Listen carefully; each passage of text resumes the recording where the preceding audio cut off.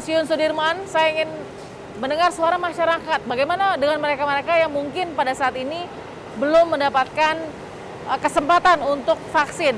Bagaimana pendapat mereka tentang vaksin itu sendiri? Apakah vaksin sebuah hak, kewajiban? Apakah mereka ingin divaksin atau mungkin tidak ingin divaksin? Seperti apa?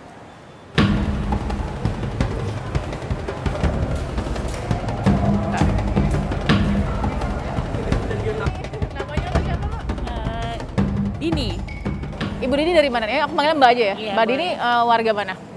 warga Jakarta Timur. Jakarta Timur. Oke, setiap hari berarti naik KRL ya? Naik KRL, kereta ya? MRT terus ke Oh, oke. Aku mau tanya Mbak Dini, jawab jujur ya. Ini kan kondisinya sekarang kita lagi melihat proses vaksin serentak dan masif. Tapi gratis ya. Nah, Mbak Dini menjadi kelompok yang saya ingin sekali vaksin atau nanti-nanti dulu deh gitu. Nggak pengen vaksin. Kenapa? Kalau saya nggak pengen vaksin, memang dari kecil anak-anak pun saya nggak vaksin gitu. Oke. Ada Karena- keyakinan sendiri ya? Iya, ada keyakinan sendiri. Kalau Oke. imun kita bisa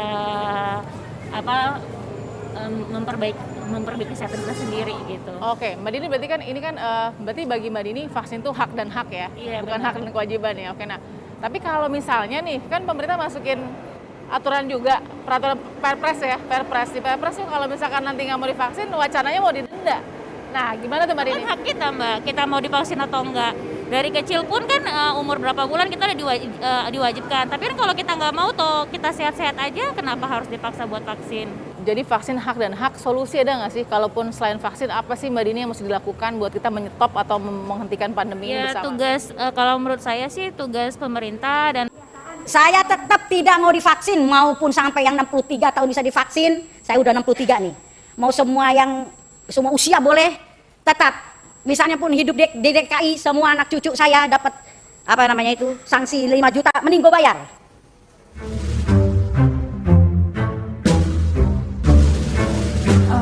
Prof. Talib, ada pesan nggak buat orang-orang yang sampai sekarang masih ragu nih buat divaksin? Nah itu, saya menerima beberapa WA saja, katanya mungkin palsu. Assalamualaikum warahmatullahi wabarakatuh. Perkenalkan, nama saya Daniar dengan NIM belakang 091 dari kelas A2. Di sini saya akan menjelaskan tentang tentang penerapan mata kuliah filsafat ilmu yang berkaitan dengan vaksin COVID-19. Jadi, di sini saya mengambil topik dengan perspektif logika ilmu pengetahuan dalam implementasi masyarakat terhadap adanya vaksin COVID-19 sebagai sarana pencegahan utama.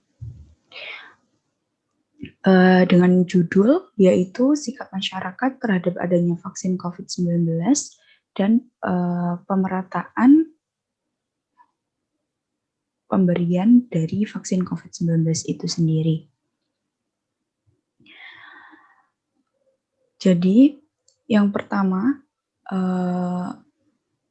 sejak pemerintah itu mengumumkan vaksinasi COVID-19 di Indonesia, masyarakat itu telah dihadapkan dengan berbagai dilema atau pemberlakuan kebijakan ini. Banyaknya responden yang menolak dan juga banyak responden yang menolak menjadi penerima vaksin COVID-19 ini. Nah, vaksinasi COVID-19 ini bertujuan pemberian vaksinasi COVID-19 ini yaitu menciptakan kekebalan kelompok atau herd immunity agar masyarakat itu menjadi lebih produktif dalam menjalankan kegiatan vaksinasi COVID-19 ini di Indonesia itu juga termasuk tahap yang kedua. Ada juga selain lansia, vaksin COVID-19 ini tahap kedua diperuntukkan bagi masyarakat dengan memiliki mobilitas tinggi terhadap potensi terpapar COVID-19, yaitu misalnya pada pekerja-pekerja yang selalu berada di luar dari ruangan. Selanjutnya adalah dengan adanya vaksin COVID-19 di Indonesia ini setidaknya bisa merubah mindset masyarakat akan ketakutan yang mendalam terhadap virus COVID-19 dan dapat menjaga sistem imun secara tidak langsung. Dikarenakan setidaknya ketakutan masyarakat nanti menjadi berkurang dan juga masyarakat tidak termakan oleh hoax-hoax yang ada.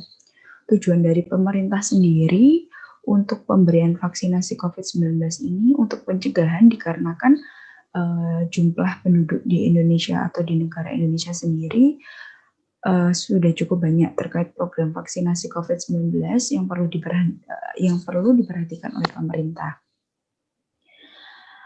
Terkait program yang perlu diperhatikan oleh pemerintah, yaitu yang pertama adalah kesiapan pemerintah dalam pemberian vaksinasi COVID-19 yang belum merata seluruhnya.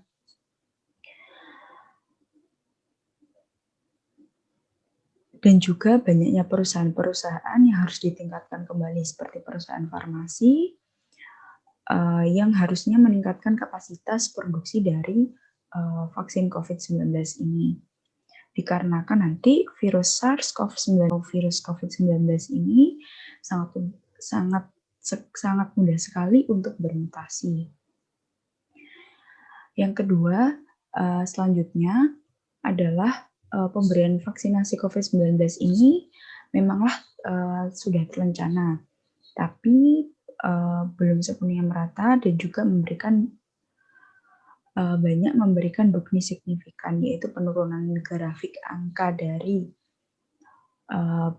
penderita COVID-19 dan juga grafik angka kematian yang menurun dan juga adanya peningkatan grafik tingkat masyarakat yang dinyatakan sembuh dari COVID-19. Vaksin ini juga harus ada rekomendasi dari healthcare provider, keamanan dari vaksin ini juga harus terjamin, terus juga tidak membahayakan kesehatan, dan juga efek samping yang sangat minimal, dan efektivitas vaksin nanti juga telah diuji.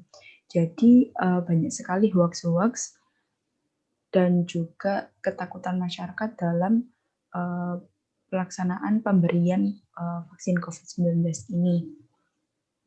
Namun, karena vaksin COVID-19 ini sudah untuk umum, jadi uji keamanan vaksin ini sudah terjamin, tidak membahayakan kesehatan, efek sampingnya juga sangat minimal, dan efektivitas vaksin itu juga teruji dan terbukti sudah secara klinis, jadi sudah BPOM. Vaksin COVID-19 ini sudah ada sekitar beberapa bulan yang lalu dan memanglah belum tercapai sepenuhnya. Jadi tujuan utama dari pemberian vaksin COVID-19 ini untuk menjaga herd immunity atau bisa disebut dengan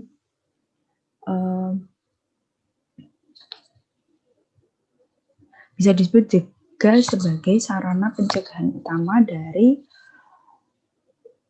kekebalan tubuh manusia, di mana pemberian dari vaksin COVID-19 ini juga belum merata, yaitu yang pertama diutamakan adalah orang yang sering bekerja di luar, misalnya orang yang pertama diutamakan adalah tenaga medis yang sering menangani pasien COVID-19 ini.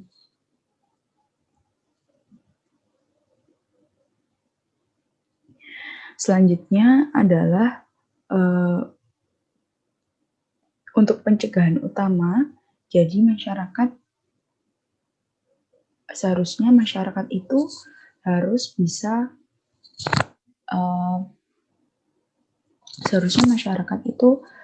harus bisa mengendalikan emosi dan juga mengendalikan pemikiran bahwa vaksin COVID-19 ini berbahaya bagi tubuhnya. Dikarenakan vaksin COVID-19 ini sudah direkomendasikan oleh WHO dan juga sudah BPOM, tentunya vaksin COVID-19 ini baik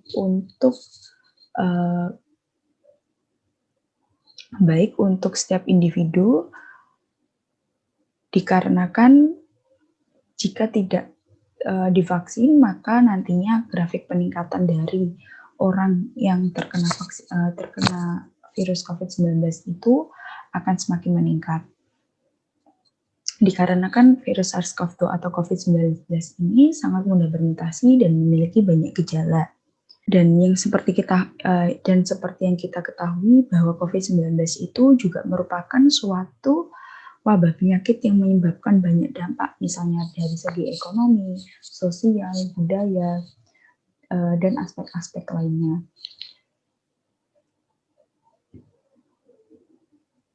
Mungkin cukup segitu yang bisa saya sampaikan. Kurang lebihnya mohon maaf. Wassalamualaikum warahmatullahi wabarakatuh.